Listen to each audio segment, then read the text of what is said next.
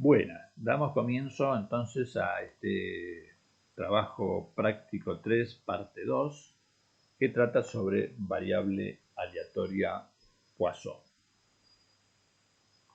Bueno, esta es una variable que se aplica en determinados tipos de experiencias que consisten en experiencias en las cuales suponemos que uno está contando sobre una determinada superficie o un volumen o intervalo la cantidad de elementos que se encuentran en esa superficie, volumen o intervalo.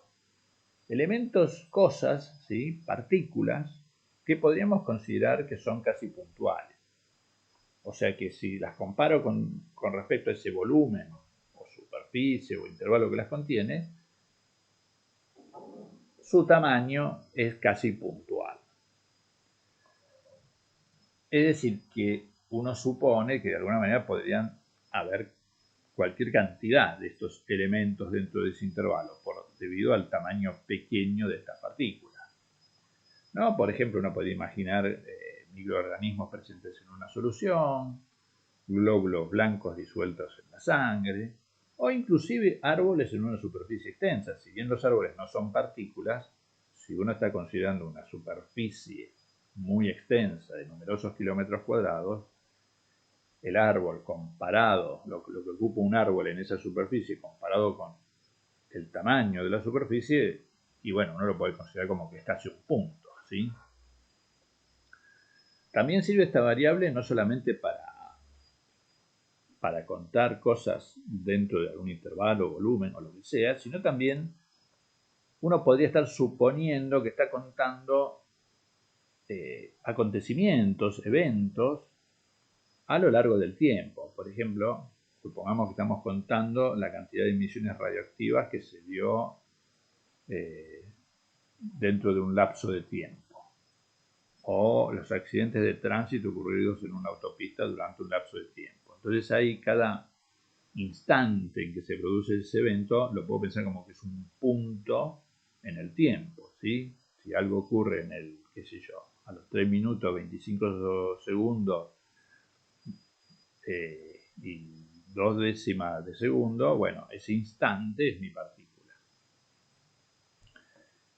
Entonces, uno puede estar contando, por ejemplo, microorganismos presentes en 2 mililitros de una solución, cantidad de glóbulos blancos en 3 mililitros de sangre, ¿no? Ahí estaríamos contando en un volumen. Cantidad de árboles en una superficie de 3 kilómetros cuadrados, etc. Muy bien. Hay que hacer en realidad algunas otras suposiciones, como por ejemplo suponer que las partículas están dispersas de una manera homogénea dentro de ese volumen o superficie o lo que sea. Es decir, que en principio no hay una acumulación dentro de ese lugar que los contiene. Si se produce una acumulación es por pura casualidad, digamos. En principio uno espera que esas partículas están distribuidas de manera uniforme. Bueno, sobre estas suposiciones seguramente las tratarán con algo más de detalle en la teórica. El hecho es que entonces nosotros vamos a llamar a esa variable aleatoria que estemos considerando como variable aleatoria Poisson, se le va a decir, si cumple esas características que mencioné. Y vamos a escribir, bueno, que X es una Poisson lambda. Este lambda va a representar, es el parámetro que va a representar el número de veces o de partículas que uno espera que ocurran o que haya en el intervalo del tiempo o espacio considerado. Bueno, esto se va a ir entendiendo a través de los ejemplos. Nosotros estamos suponiendo que son partículas, ¿sí? Evidentemente no son partículas. Por ejemplo, en el caso que di de los árboles en una superficie de kilómetros cuadrados, no es que sean puntuales, tienen dimensión. Pero bueno, uno las considera como que sean casi puntuales, en cuyo caso es como que puede haber tantas como yo quiera dentro de ese volumen considerado. Es decir, que esta variable aleatoria x siempre va a valer un número natural, o el 0, ¿no es cierto? Porque, bueno, va a haber 0 glóbulos blancos, o 3 glóbulos blancos, o 10 glóbulos blancos dentro del volumen de sangre que esté considerando, o más, pero siempre, digamos, un número natural o igual a 0 es lo que va a tener por respuesta esta variable aleatoria. Entonces, dado que el recorrido va a ser el conjunto de números naturales unión el 0, esta es una variable aleatoria discreta, ¿sí? Puede tomar infinitos valores, pero es discreta, porque estamos contando cosas y entre dos valores cualesquiera del recorrido, por ejemplo el 1 y el 3, siempre va a haber una cantidad finita de elementos entre esos dos. Bueno, entonces, por ejemplo, supongamos que estamos analizando cierto virus que se distribuye en la sangre, del cual se sabe que su densidad promedio es de 8 virus por mililitro. Generalmente vamos a usar la letra D o la letra griega delta para simbolizar el promedio o densidad del experimento que estemos considerando. Entonces, llamemos X a la cantidad de virus en una muestra de 3 mililitros, 3 mililitros cúbicos, ¿no?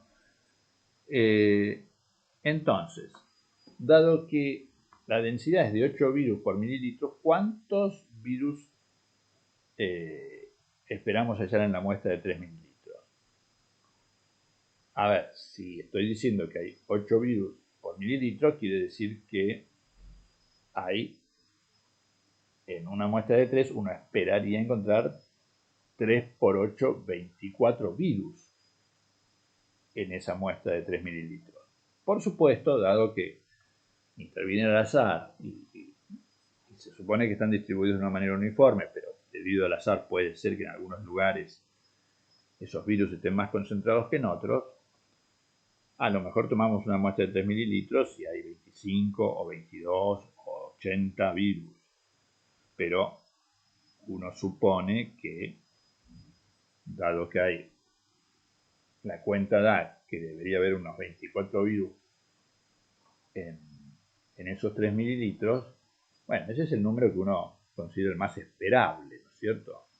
Es decir, si yo repitiera numerosas veces la experiencia de tomar una muestra de 3 mililitros y contar cuántos virus hay en esa muestra de sangre de 3 mililitros, bueno, a veces obtendré 24, después a lo mejor 25, otra vez 20, otra 30, otra 22, etc. Pero seguramente que si repito y repito la experiencia y calculo el promedio de los valores que obtuve al repetir esa experiencia n veces, eso me va a dar un número muy cercano a 24. O sea, en promedio uno espera que salgan unos 24 virus por cada 3 mililitros. Con lo cual, justamente eso era la esperanza, ¿no es cierto? O sea, lo que uno estaría diciendo es que el valor esperado de X es 24. Bueno, eso es lo que va a representar entonces lambda. Lambda es la esperanza de la variable aleatoria y por lo tanto el número esperable de virus dentro de ese volumen que estoy considerando. Entonces, la esperanza vale lambda, se puede demostrar esto, y la varianza va a valer, aunque usted no lo crea, también la cuenta da que vale lambda. Igual la varianza en las variables aleatorias discretas no tiene mucha interpretación, no nos va a importar tanto. Lo que nos importa en las discretas es la esperanza. La esperanza entonces da lambda para las aleatorias, para la Poisson. A ver, pongamos otro ejemplo. X igual cantidad de accidentes de tránsito en una autopista entre las 9 y 10 de la mañana de un día hábil. Bueno, entonces acá la partícula sería el instante en que ocurrió el accidente, ¿sí? Vamos a suponer que la cantidad de autos que circulan en un día cualquiera es aproximadamente siempre la misma, que eso es un hecho aleatorio, y entonces, bueno, uno podría representar este fenómeno, esta experiencia aleatoria, mediante una variable Poisson, y supongamos que se descubre que más o menos se producen 3,2 accidentes por hora. entonces este lambda sería igual a, perdón, 3,2 accidentes por hora, sí, también. Entonces el lambda para la X que represente la cantidad de accidentes en la hora que va de 9 a 10 sería 3,2. Bien.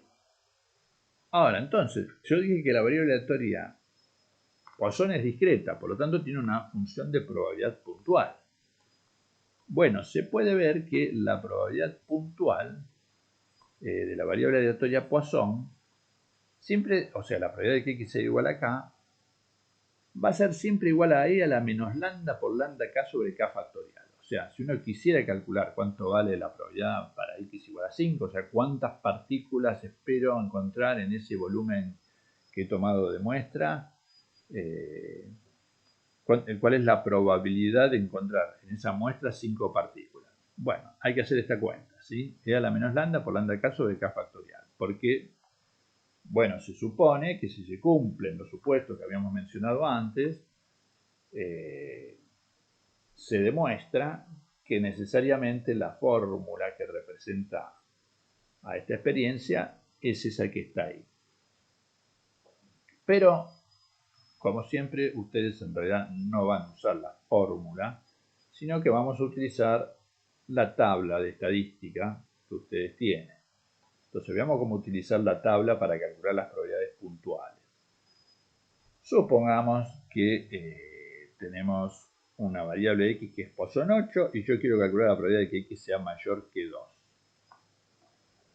Bueno, acá tendríamos un problemita en principio, porque si x toma infinitos valores y quiero calcular la probabilidad de que x sea mayor que 2, tendría que calcular entonces la probabilidad puntual en 3 más 4 más la probabilidad puntual en 5 más la probabilidad puntual en 6 y sumar infinitos números. Bueno, pero uno puede decir que la probabilidad de que x sea mayor que 2 es igual a 1 menos la probabilidad de que x sea menor o igual que 2.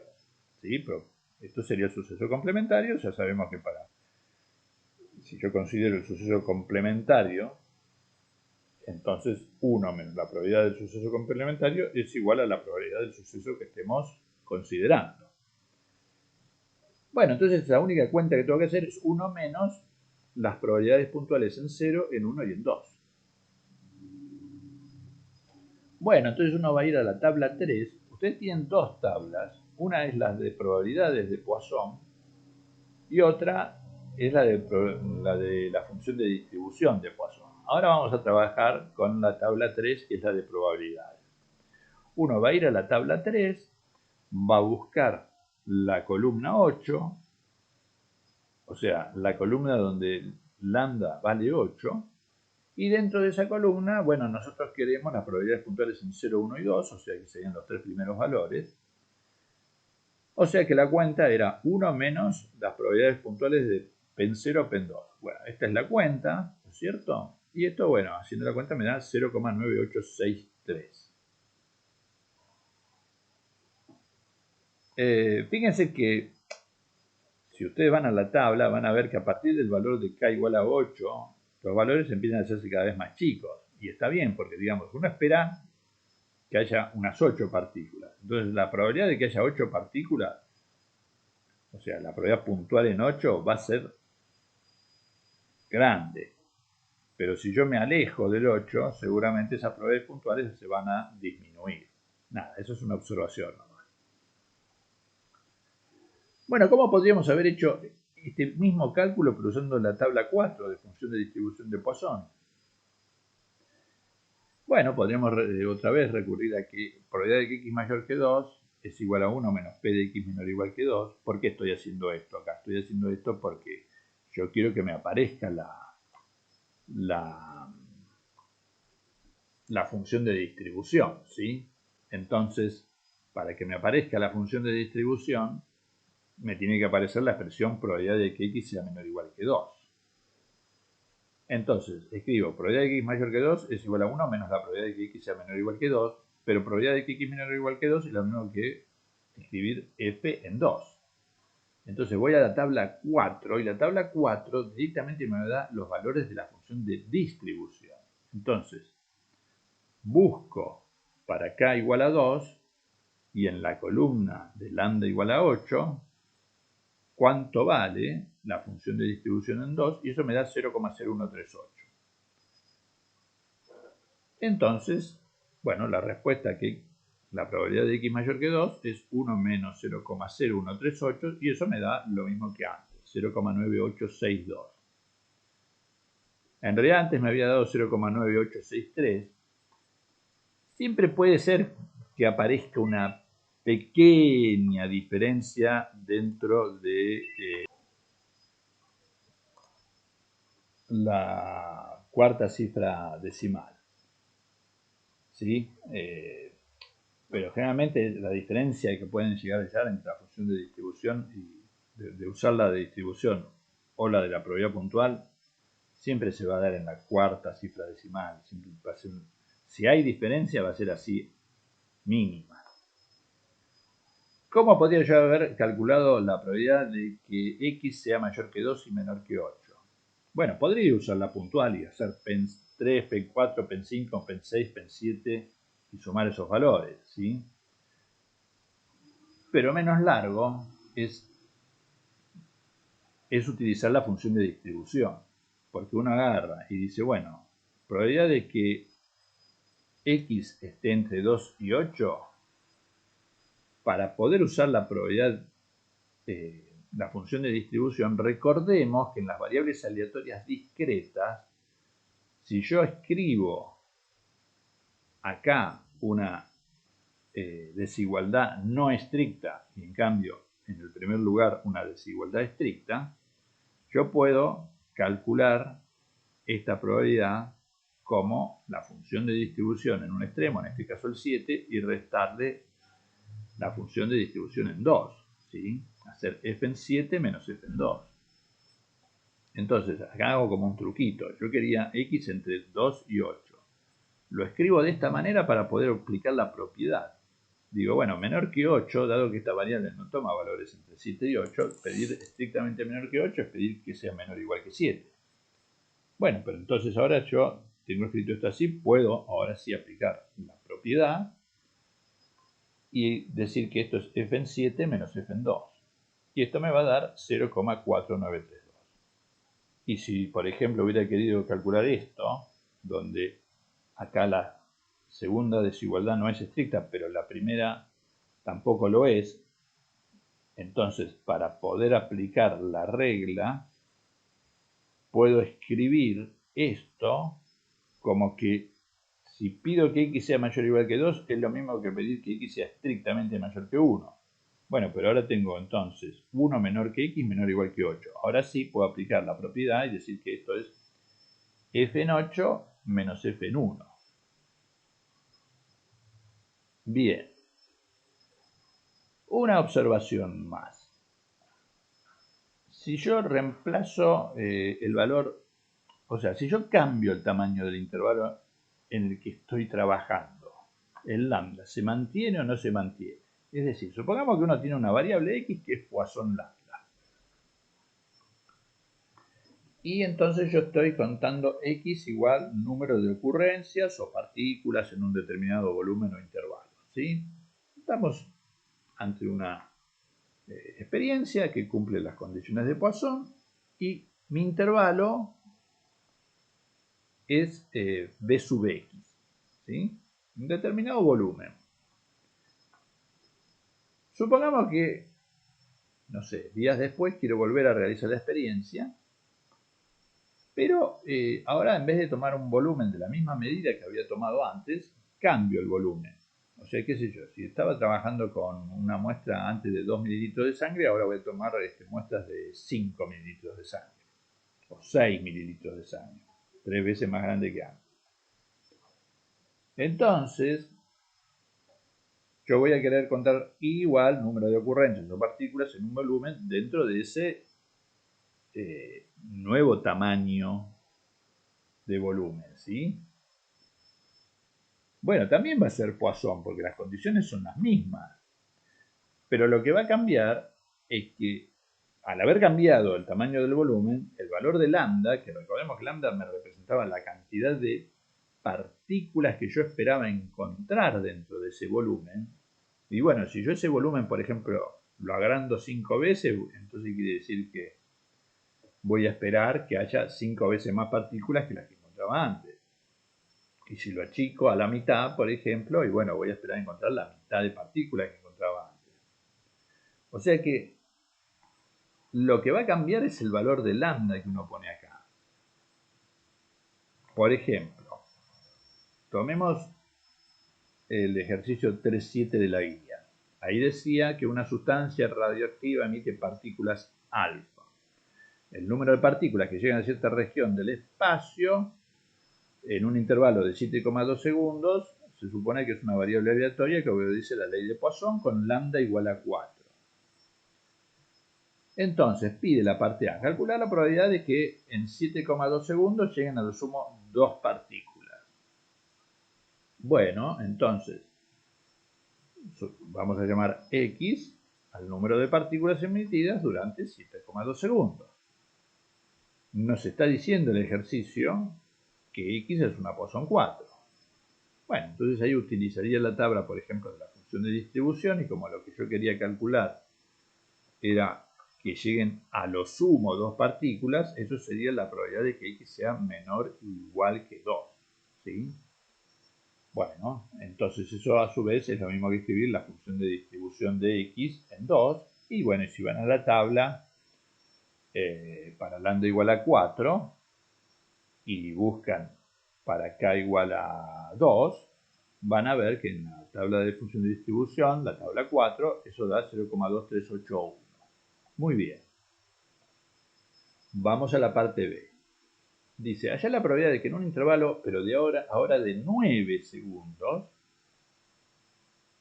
lleguen por lo menos 4 partículas. Bueno, entonces, I es el número de partículas emitidas durante 9 segundos. O sea, mi variable ahora cambió, porque es el número de partículas emitidas, pero en 9 segundos. Entonces, la variable va a ser Poisson, porque se cumplen las mismas experiencias, los mismos supuestos en esta experiencia. Es decir, son partículas distribuidas a lo largo del tiempo, que siguen los mismos lineamientos que en el punto anterior. Pero ha cambiado el lambda, porque ahora si el intervalo es de 9 segundos, entonces ahora seguramente van a llegar más partículas en ese intervalo que antes.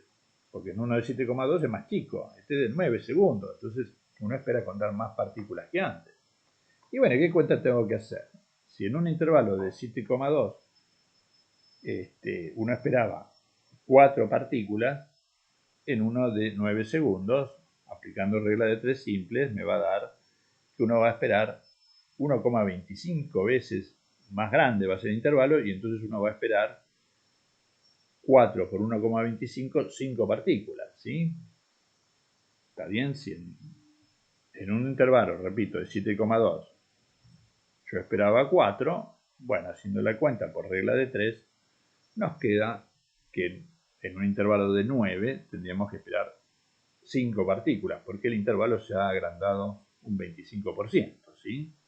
Entonces hemos pasado de 4 a 5. Quiere decir que ahora en realidad esta variable y es Poisson, ¿sí? Pero Poisson 5. Y entonces, bueno, si yo ahora quiero calcular lo que me pedía acá, que era que por lo menos lleguen 4 partículas, la cuenta que tengo que hacer es la probabilidad de que I sea mayor o igual que 4.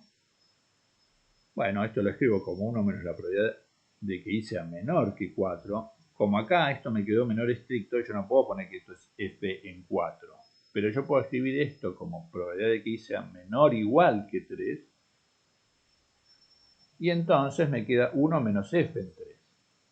Es decir, que la probabilidad de que I sea mayor o igual que 4 es 1 menos f en 3, donde esta variable aleatoria es una Poisson 5. Así que yendo a la tabla correspondiente van a ver que les va a dar que la función de distribución en 3 para un lambda igual a 5 es de 0,265, así que en definitiva esta probabilidad da 0,735. Tengan cuidado con esto del cambio de intervalo.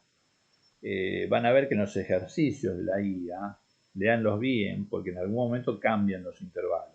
Por ejemplo, en el ejercicio 3.5, en el punto A y B, el intervalo mide un año, pero si leen bien el punto C, dice que ahora dura 6 meses.